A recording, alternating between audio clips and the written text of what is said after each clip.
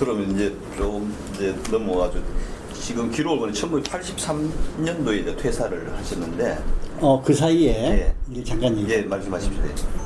75년도에 내가 갔다 그러잖아. 예.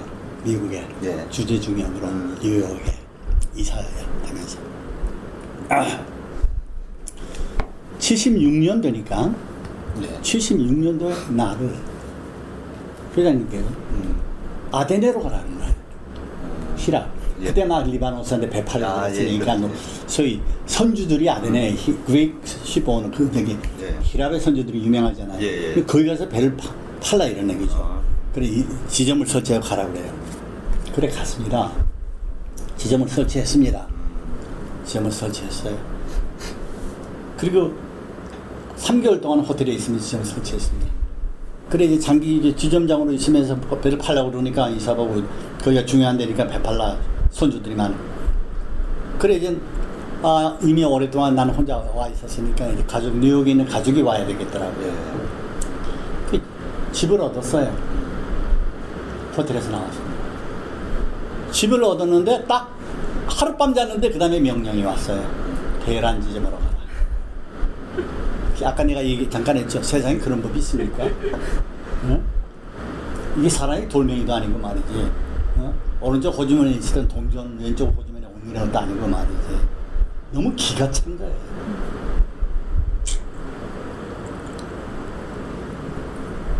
별 생각이 다 나더라고요. 저 이런 회사에 내가 과연 있어야 되느냐? 응? 별 생각이 나지. 그러면서 이틀이 있는데 그런 텔레스박 이틀 있는 후에 바레인의 회장님이 와서 중동 지역 모든 지점장과 현장 소장을 소집해서 아스리 현장에서 바레인 소집해서 중동 회의를 거기서 열리려고 그러니 글로 와라. 그 지시를 받고 사흘 동안 내가 안 갔습니다. 누구의 지시인데? 안 갔어요. 너무 이건 아니지. 안 가서. 런던 지점에서 연락이 하고 반해지라고. 도대체 조이사가 어떻게 된 거야? 왜 안 오는 거야? 난 몸이 좀 불편해. 심신이 불편했죠. 심신이. 안 갔어요.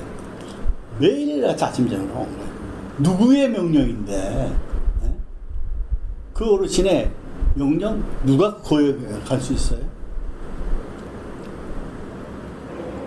근데 그 다음에 내가 간접적으로 얘기를 들었는데 회장님께서 우리 가지고 왔다는 사실을 모르셨다는 거야. 그 명령을 내실 때는. 런던 지점에 오세정 상무님이라고 그 음용기 이사가 있었고 거기에 오세정 상무가 있었어요. 돌아가셨지. 그분한테 회장이 명령을 내기 전에 이거 봐 조이사 가져가지 않았지? 그렇게 물어봤다는 거지. 근데 오세정 이사는 아직 안 왔습니다. 그렇게 대답했다는 거예요. 그 하루 이틀 사이에. 그래? 잘 됐구먼. 그리고 명령을 내셨다는 거죠. 그러니까 정 회장님은 우리 가족이 미국에서 여기 왔다는 사실을 모르고 아직 안 갔구나 하고 명령을 내신 거야. 사흘째 됐는데도 그래서 내가 회사를 그만두더라도 가서 얘기해야지. 그런 생각이 나서 바레인에 갔어요. 정말 그때는 거의 그만둘 생각까지 하고 갔죠.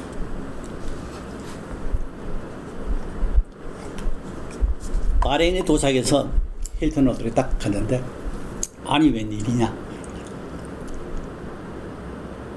그 당시 대란 지점에 있던 황병주 이사가 왔어요. 커피숍에서 만났어요. 근데 그때 나를 대란지점에 명령 내면서 황병주 이사를 동경지점으로 또 명령을 냈다고요. 그 동시에 오라 그랬는데 둘 다 사흘 만에 온 거야.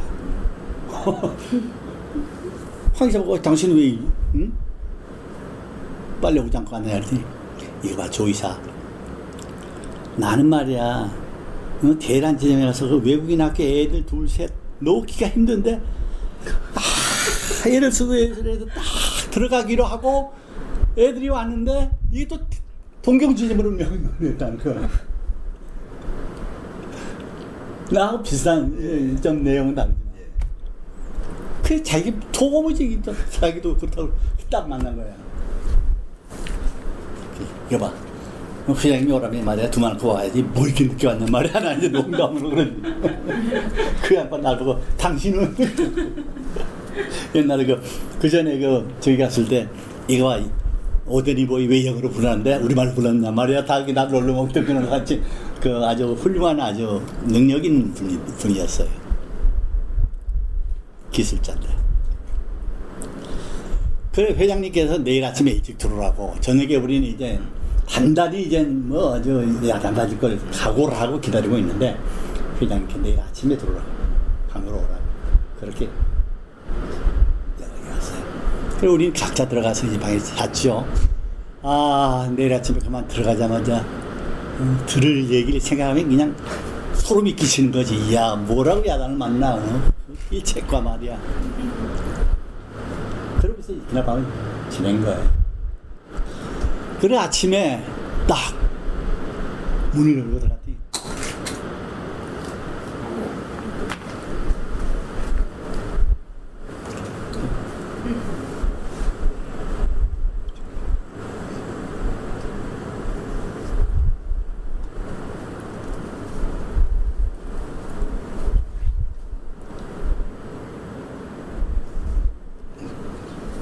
이게 뭐 다 얘기해도 괜찮을 때 몇 년 있다 이 책이 나오고 뭐 할 때쯤에 난 이 세상에 없었는지도 모르니까 그래 딱 문을 열었더니 이 양반이 말이야 문 앞에 다가오면서 뭐라고 그러냐. 조이사 왔어요? 어디 몸이 불편했다고? 황의사도 왔구만. 황의사도 뭐 일이 많았다고? 정말 모자완자 말이야. 이거 봐. 당신네들 말이야 회사가 장난이야? 응? 이삿짐 됐으면 말이야 오라면 금방 와야지 뭐 하는 거야? 당장 회사를 때려치든지 말이야. 응? 그걸 빠따로 휘둘래 그 양반 나올 텐데. 이게 그냥 싹 그러는 거예요. 기가 막히지 않아요 그냥? 네 어디 아팠다고? 네 우리 같이 식사해요. 그럼 현장에 식사할까? 세상에 그런 반전이 어딨냐 이거야. 그런 반전이. 그래 현장에 회의에 갔어요. 일치 아무 얘기 없으신 거야. 늦게 왔다는 데 대해서 한 질책도 없으신 거야. 무서운 분이죠. 무서운 분이야. 와 차라리 그냥 한 대 맞아버렸으면 시원할 텐데 이게 뭐지? 그래서 회의에 간 거예요. 대란 명령 해놓고 저 사람이 내놓고 그래 회의 끝나고 다시 나는 대란으로 부임을 한 거죠 이제. 그리고 나는 우리 집사람이랑 애는 다시 뉴욕으로 가라. 이게 세상에 이렇게 1년 새 몇 군데를 이렇게 왔다 갔다 했는데 다시 뉴욕으로 가라. 뉴욕으로 보냈어요. 대란 진영으로 가죠. 대란 갔더니 대란에서 업무 파악을 하려고 한 2, 3주 지났는데 본사로 들어오라는 거예요 또. 이게 호주머니에 있는 동전을 뒷주머니에다 넣는 거냐 뭐냐 이게 말이야. 그래도 본사에 들어가려니까 본사에 갔죠. 그랬더니 거기 장우주 씨라고 현대 엔지니어의 사장님으로 계셨어요. 그때 한국 기업으로 한국건설업자로 최초로 한전이 발주한 그 평택 화력발전소를 턴키 베이시스로 현대건설이 수주를 했어요. 대한민국 역사상 이 계약 방식이 처음이죠. 그 당시 외국에서는 턴키 프로젝트, 턴키 입찰이 있었는데 대한민국 처음이었어요. 큰 프로젝트. 그럼 턴키를 하려면 설계와 자재 장비, 발전 장비의 공급과 건설을 포괄적으로 책임을 지고 하는 게 턴키란 말입니다.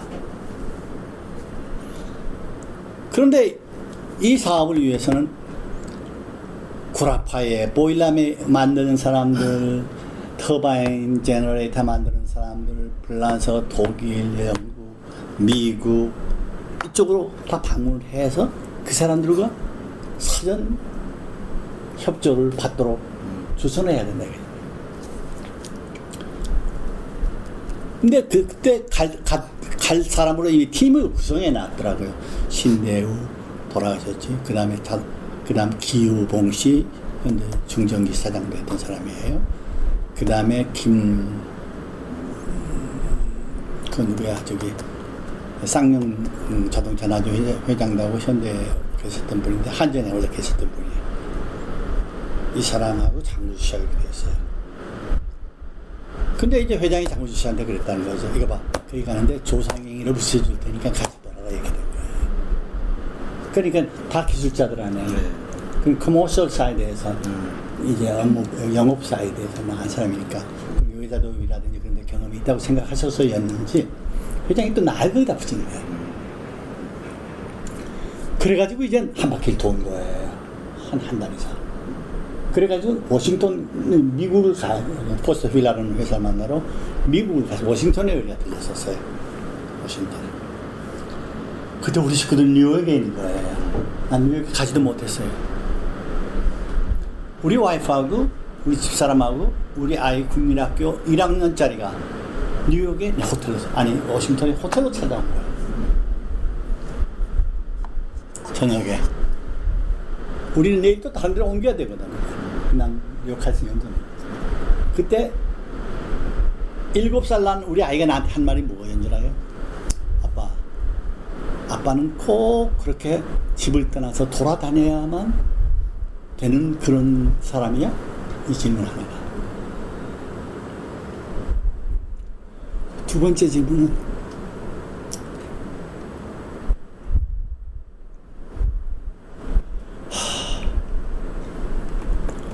아빠 그 회사 아니면 안 돼? 7살 난 아이가. 얼마나 충격적이에요. 얼마나 아빠가 보고 싶고 아빠가 그리웠는데 좀 같이 살린다 그러면 하루 있다 어디로 가라 그러고 또 대란으로 와서 같이 살릴 줄 알았더니 또 한국을 가라 그러고 1년에 3번째 아니냐 이거.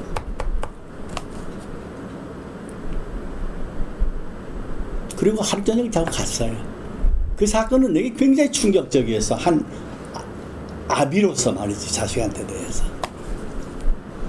한 바퀴 돌고 7월 달에 서울을 돌아갔어요. 전부 팀이. 7월 30일 날 내가 서울을 떠났어요. 이 이상 내가 이 회사에 머무를 곳이 아니구나. 회사 떠나고 사표 써놓고 비행기 타고 떠나버렸다고요. 회사에서 난리가 난 거죠. 한쪽에선 조상행이 도망갔다. 응? 사표 쓰고 나왔죠. 도망갔다. 말도 안 하고 도망갔다. 카나다로 갔다 그러더라. 미국에 갔다 그러더라. 별얘기가 나는 것 같아요. 그러고서 나를 찾아 여기저기서 나를 찾는다고. 뭐 카나다로 수소문하고 미국으로 수소문하고 그랬대. 내가 잠적을 하고서 6개월인가 잠적을 해버렸어요. 식구들이랑. 얼마나 고생을 많이 했는지 몰라요. 그 해 겨울. 그 눈이 맞드는 해. 아무런 준비도 하지 않다가. 그때만 해도 난 맨날 그 개척적으로 이렇게 돌아만 댕겼기 때문에 그 이후에 중동공사하면서 해외 근무했던 사람들이 중역들의 그 여유로운 삶, 비교적 넉넉한 수입, 그것과는 아주 거리가 멀었어요. 그러니 아무 준비 없이 갔다가 얼마나 고생을 했는지 몰라요. 그 추운 겨울에 이 두 사람이. 그러면서 지나는데 계속 나를 찾는다 그러고 또 연락이 되면 누가 와서 뭐 이명박 사장이 와서 나 만나자 그러는데 장훈주 사장이 나 좀 봤으면 좋겠다. 근데 안 만났어요. 그러기를 1년 반 지난 거예요. 76년도에 그러니까 77년도 11월까지. 근데 77년도 11월 가까울 무렵에 장윤주 회장이 또 오고 이명박 사장도 오고 회사에 다른 사람들이 오면서 나를 만나자 그래서 그때 만났어요. 그랬더니 다시 다시 회사를 들어 회장님께서 해주길 바란다. 왔으면 좋겠다. 너? 나 이제 갈 수 없다. 그랬더니 내가 조건으로 제시하지도 않았어요. 그랬더니 미국에 있으면서 일할 수 있지 않느냐 이렇게 얘기한 거예요. 내가 생각해 보겠다.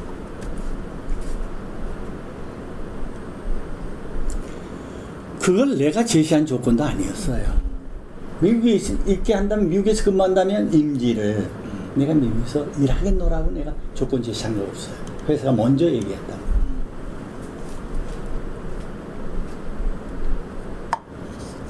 그래서 1976년, 77년 11월 1일로 내가 이사로 그만뒀거든요. 1년 반이죠. 근데 그 사이에 회사는 괄목할 만한 성장을 했어요. 단기적으로. 중동공사, 예. 뭐 주바이공사, 뭐 아수리공사, 그 다음에 스냅공사 등등 하면서. 그러니까 나중 나와 같이 일하면서 이사했던 사람이 부사장도 하고 사장도 하고 전무도 되고 다 그랬었죠. 나도 그 기간 또 내가 1년 반 공백 기간 있었잖아요. 그날 상무 발령을 시키더라. 그러면서 뉴욕 지점, 그다음 뉴저지로 옮겼죠. 현대건설.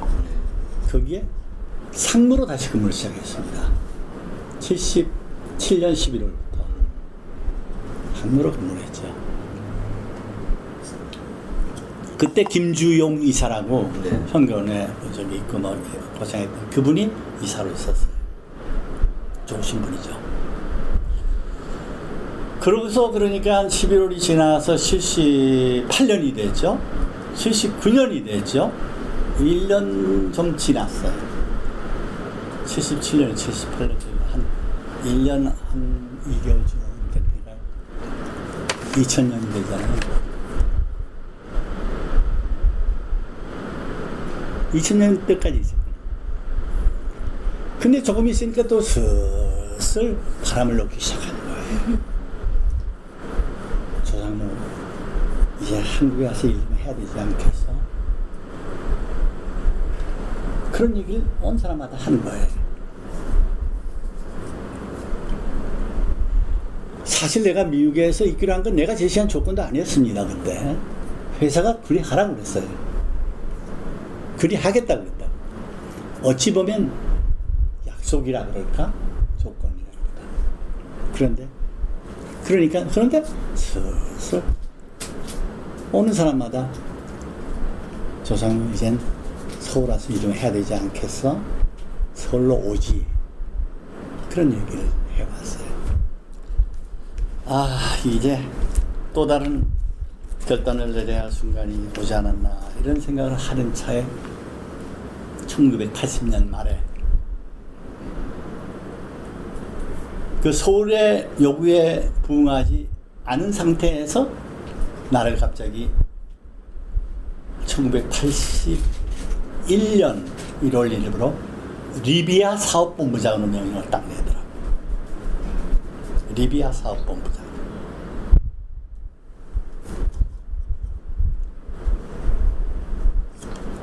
나는 그때 얼마든지 안 가려고 그러면 명분이 있었어요. 그렇잖아요? 이제는 안 간다. 근데 회장님이 눈에 아무람을 보이더라고요. 이건 어쩌면 내가 마지막으로 정종 회장님의 명령에 순응해서 해야 할 과업일지도 모른다. 그리고 내가 브리케이스 안에다 큰 가방을 들고 영국으로 갔어요. 그 당시에 리비아가 미국에 가면 반드시 영국을 거쳐야 돼요. 히드로 비행장에 딱 도착해서 나가는데 그 당시 지점장이었던 이병재 부장이었나? 이사, 그때 이사가 딱 나왔어요. 깜짝 놀란 거예요. 그 당시에 런던은 중동공사의 지원센터이고 한 사람이 거기 있었는데 출장을 자주 왔어요. 임원들이. 내가 나를 리비아 본부장이 명령했을 때 거기에 와 있었던 사람들 100%가 조상행이 안 올 거라 그랬다는 거예요. 안 올 거라 그랬다는 거예요. 근데 내가 온다는 텔렉스가 왔다 이거지. 이게 웬일이냐. 이병재 지점장 생활 때 일단 한번 조그만 가방 들고 왔다가 그 다음에 다시 가는지도 모른다고 비행장에 나왔는데 내가 큰 가방을 들고 나오더라는 것이. 진짜 가려나? 그렇게 나는 리비아 부임을 했습니다. 82년 리비아는 정말 황량한 데였어요. 공산주의 국가나 마찬가지고 모든 게 배급제고 생필품도 사기 힘들었을 때 그때 리비아에 우리가 공사장이 많았습니다. 라스라노 공사. 그래서 그 당시에 일반 기술자만 해서 한 2,000명이 있었고 엔지니어를 포함한 직원이 한 150명, 200명 있었으니까. 그리고 1년에 한 20억 불. 상당히 많은, 한 달에 뭐 한 1억 불, 2억 불 이렇게 기성을 올 때였어요. 그 벵가지, 트리폴리 지점이 있고 벵가지에 있는데 벵가지에 이제 난 주로 있었는데 그렇게 해서 거기서 2년을 지냈습니다, 내가. 2년. 1981년, 82년을 거기서 보냈죠. 예. 그리고 미수라타 공사 7억 8억 그 당시 굉장히 큰 공사를 2년 동안 입찰하고 내고해서 그 공사를 수주를 했었죠. 미수라타 화전이라고. 그리고 81년 말인데 83년 1월 1일부로 서울본사 해외영업본부장으로 또 명령을 내더라고요. 이전 입금한 다음에.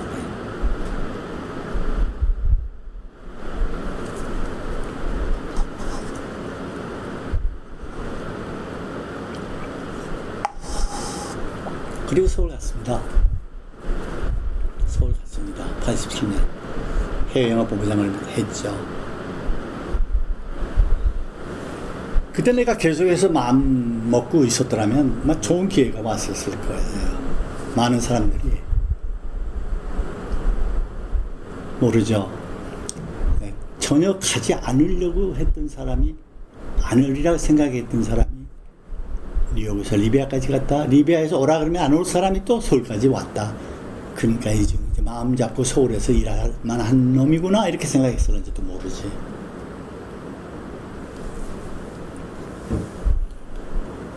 회사는 그 당시에 조금 좀 펀 매니지먼트 CEO 간에 약간 델리케이트한 얘기들이 그 당시에 일어나기 시작할 때였거든요.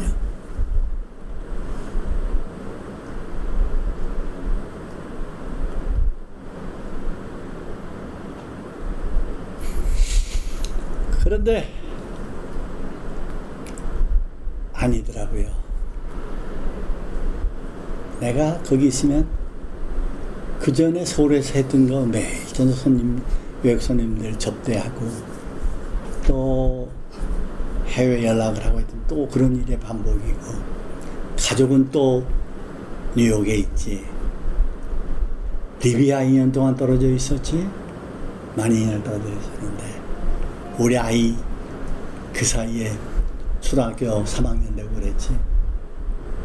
아니구나 하고 사표 내고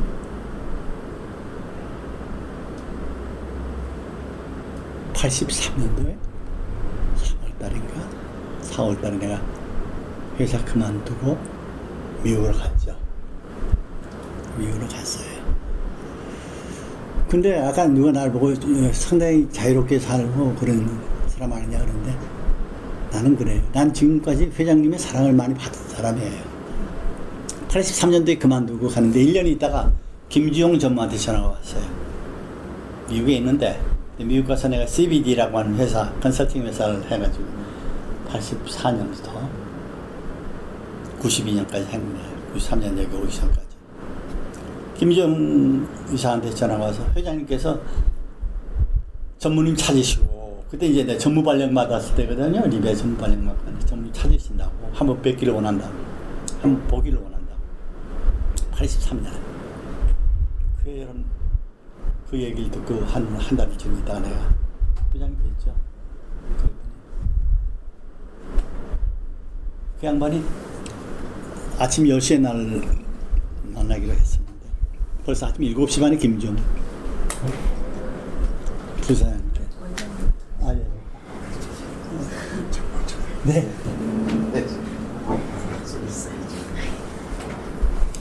김종 부사장한테 전화해서 이거 봐 조정모 왔어? 어떻게 했대? 아무래도 올 생각이 없는 것 같습니다. 그리고 난 9시 반쯤 이명박 사장을 만나는데 이명박 사장한테 내가 못 올 형편입니다 그러니까 회장님이 벌써 이명박 사장한테 체크를 했더라고요. 10시에 딱 만나는데 이거 봐 조정모 그 컨설팅 한다는 게 뭐 하는 거야? 날 보고 그렇게 첫 마디가 다 보고 다친 거예요. 그래서 뭐 제가 좀 일을 시작했는데 이미 다른 사람하고 계약을 하고 약속을 했기 때문에 물리칠 수가 없습니다. 회장님 제가 밖에 있더라도 회장님 심부름 열심히 하고 시키시는 일 하겠습니다. 그랬더니 회장님 말씀 이거 봐. 한 식구가 돼서 한 이파리 안에서 일해야지 이렇게 말씀하시더라고요. 그게 회장님을 마지막 뵌 거예요. 84년도에. 근데 그 사이에 이제 나는 참 그 무서운 회장님 밑에서 일을 했지만 비교적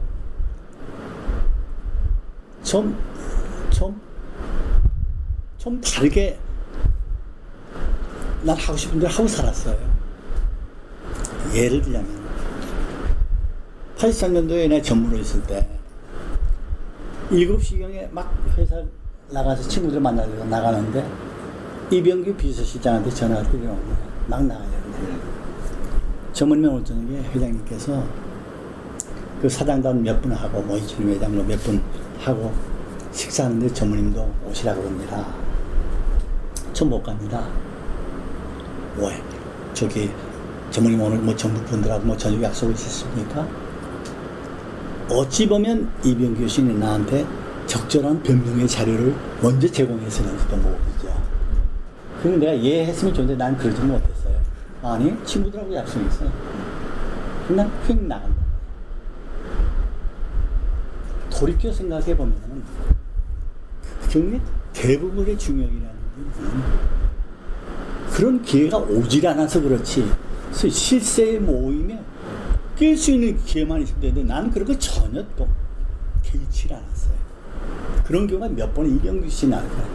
그럴 때마다 나는 내 시간도 중요한데 꼭 저녁 시간에 어떤 사람은 이거 봐 조상행 조전무 집에 제사가 있고 그래도 그거 다 때려주고 간다고 보통 사람은. 근데 네가 뭐라고 그런데 거절하고 안 가 이렇게 나한테 얘기하는 사람도 있었어요. 바보같이. 그럼 난 봐보고 싶다고 그랬죠. 봐보고 싶다. 여러 차례요. 어떤 데는 7층에서 나가는데 같은 층에 이명박 사장실이 있었어요. 막 엘리베이터를 타면서 한 7시쯤 6시만 나가려고 하는데 뛰어와서 비서가는 얘기야. 사장님께서 저녁 식사 같이 하자 그러는데 그래 나 약속 있어. 뭐 중요한 약속이니까 그런 것까지 내가 당신한테 얘기해야 돼? 약속이면 약속이지. 난 나갔다고요. 난 그렇게 살았어요. 지금까지 그렇게 살았다고요. 하나도 후회하지 않고 반성도 안 해요. 그런 문제들. 누가 보면 바보라고 그러는지도 모르죠. 조직생활 속에서. 그때는 난 바보이고 싶어요. 그래서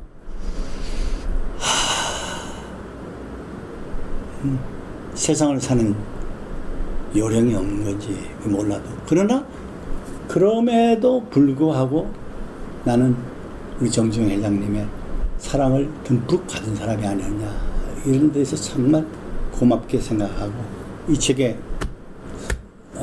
좀 시작하는 글에서도 얘기했지만 그분의 그 배려라든지 가르침에 대한 조그만 보은의 뜻이 여기 없지 않아 있다 하는 얘기 했습니다.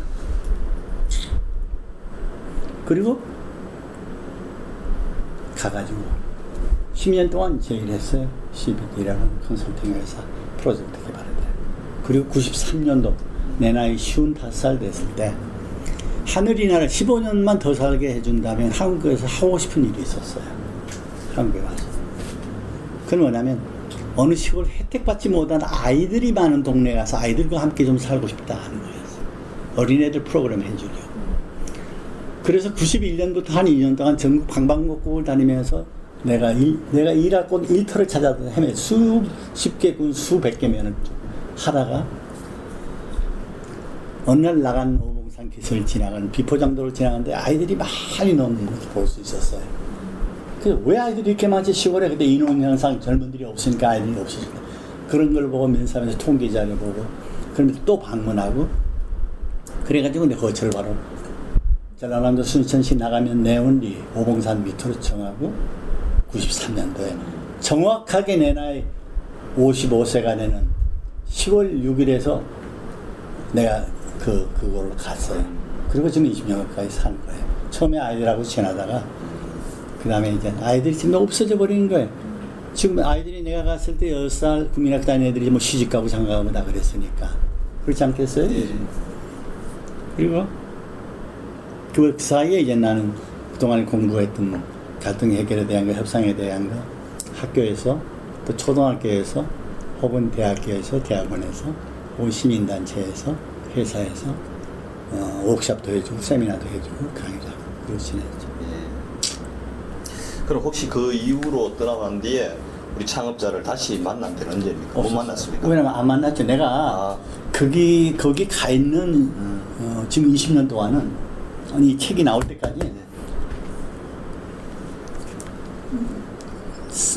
서울과의 관계 좀 단절시켰어요. 왜 단절시켰느냐?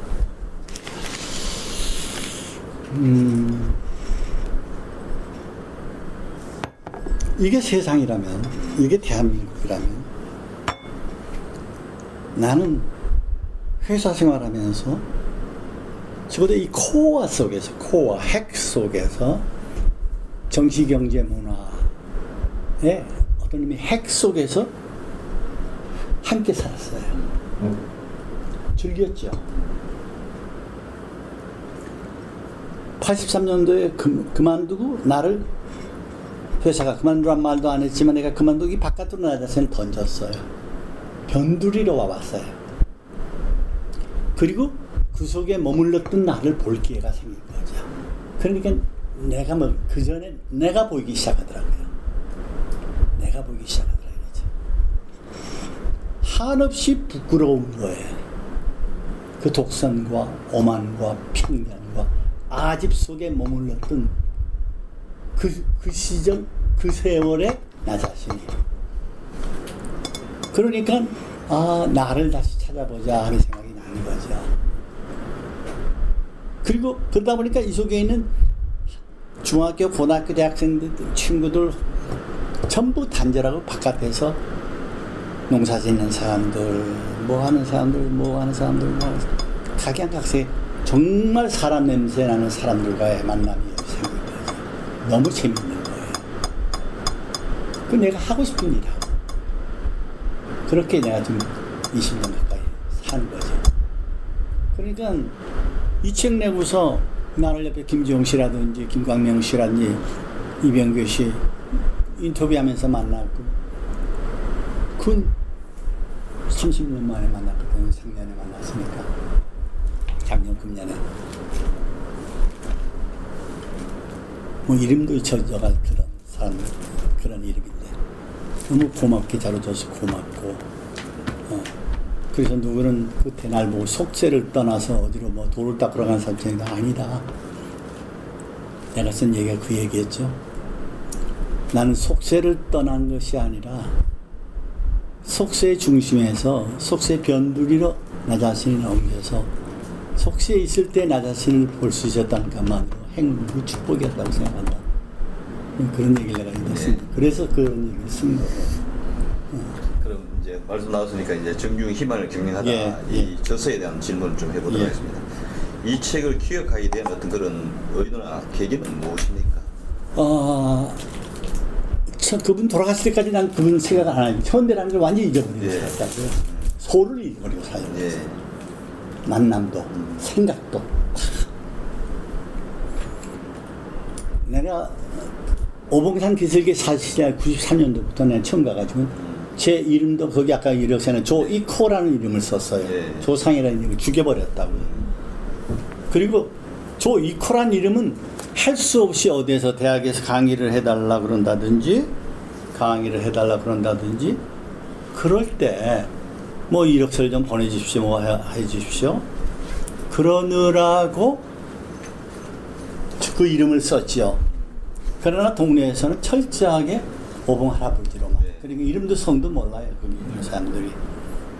그렇게 살았어요. 나를 전혀 드러내지 않고. 근데 세월이 가면서 사람들이 저 양반이 옛날 현대에 있었다 그러더라. 그래 정주영이는 어떤 사람이냐, 순천 부근에서 그런 것을 나한테 질문하는 사람들이 생기기 시작했어요. 네. 그리고 그분이 돌아가시고 그러면서 뭐 타임즈에 나오는 그런 거, 2006년도에 나오는 거, 그런 것들을 회상하면서 그분에 대해서 다시 생각이 일기 시작을 했어요. 나 자신이. 그래, 그분을 다시 한번 만나보고 싶다, 이런 생각이 났죠. 네. 그래, 그분이 쓴 이 땅에 태어나서 무슨 뭐 시련이 있어 싶게는 없다, 거기 다른 분들이 제 책을 봤는데 정작 그분을 모시고 가까이에서 일했던 사람이 쓴 책은 하나도 없더라 이거지. 이 땅에 태어나서 시련으로서 실패는 없다. 천하의 문필가인 김수현 씨가 썼으니 얼마나 유려한 글들입니까? 기가 막히죠. 잘 쓴 글이죠. 내용도 그렇고 문장도 그렇고. 난 그런 문필 문장력도 없지만 그런 사실과 행적에 대한 에피소드를 통해서 그분을 다시 보고 싶다. 내가 오히려 그분하고 머물러 있을 땐 그분 존경도 안 했고 그저 대단한 분이다 이 정도로 생각했지, 정말 이분한테 사표로 삼고 그럴 뿐이라는 생각 못했습니다. 멀리 떠나고 있으면서 그분을 보기 시작하니까 그분의 모습이 보이기 시작하더라 이거죠. 그러면서도 흔히 부분해지는 정체진으로 착각한 부당주연의 오류라든지 구성의 오류 같은 걸 내가 범할까 봐서 그래서 많은 사람들을 만나보게 된 거죠. 그리고 내가 이 책을 쓴 동기라 그럴까? 사명은 이렇게 큰 스승이